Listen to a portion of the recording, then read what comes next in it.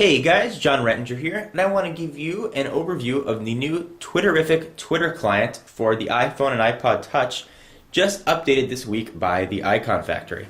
So let's go ahead and get started. Here's the icon, it's that little bird. We'll go ahead and click it, and it really is a complete makeover of the old client. The old client needed a lot of work. This one actually seems relatively refined. So the first thing you'll notice is you get a Twitter counter with how many new tweets have shown up since you last loaded the application, which is very cool. So you can scroll up and view your tweets just in a list from all the friends that you have. Any personal messages that you have will show up in a color, or any @ replies. Let's see if we can find one there. So there's an @ reply. You can see that it's different, and it makes it easy to follow. Now on any of these, let's say there's a tweet from Andrea, you can double click it, and it pulls up a pretty decent amount of information about, there's Matt Cinto, it pulls up a pretty decent amount of information about him. So let me show you something first here. So we'll click this just once. You'll notice that I have a few rows of icons across the bottom. I've got a back, I can reply back to him, a new star icon, or that little kind of twirly guy. I'll show you what all those do. But first, let's hit the star. And this pulls up a very new menu items. So we can view threaded messages. So if I've been having a threaded conversation with @ replies with this person for a while, I can hit that and it'll just show up in one window, which is actually quite nice. I've got an author. It'll show me about the author. So go load that. It'll show me all about Andrea Tunes and where he's from, how many followers, updates in the last 8 seconds, where he is. You can choose to follow, unfollow, or block.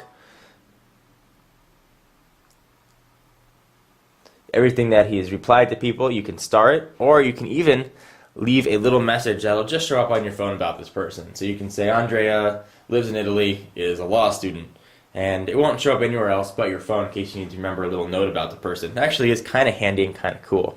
And if you want to reply or send a note to him, you can just hit the bubble on the bottom. So we'll go back. Let me show you some other things that show up when you hit the star. So now you also have the @author. So that'll just pull up a message that'll let you @reply, and I'll show you all the @replies that have been sent to the author, which is kind of neat.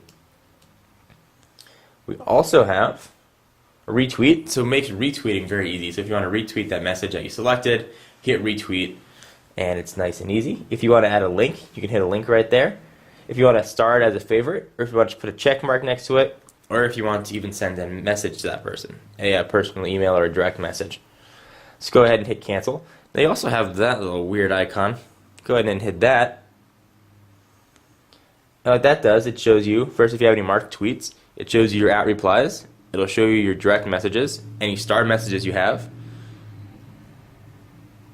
show you all the messages that you've sent, and any check messages that you have. So if that was even enough, it still would have been great. Those are fantastic updates and really things that the last client didn't have.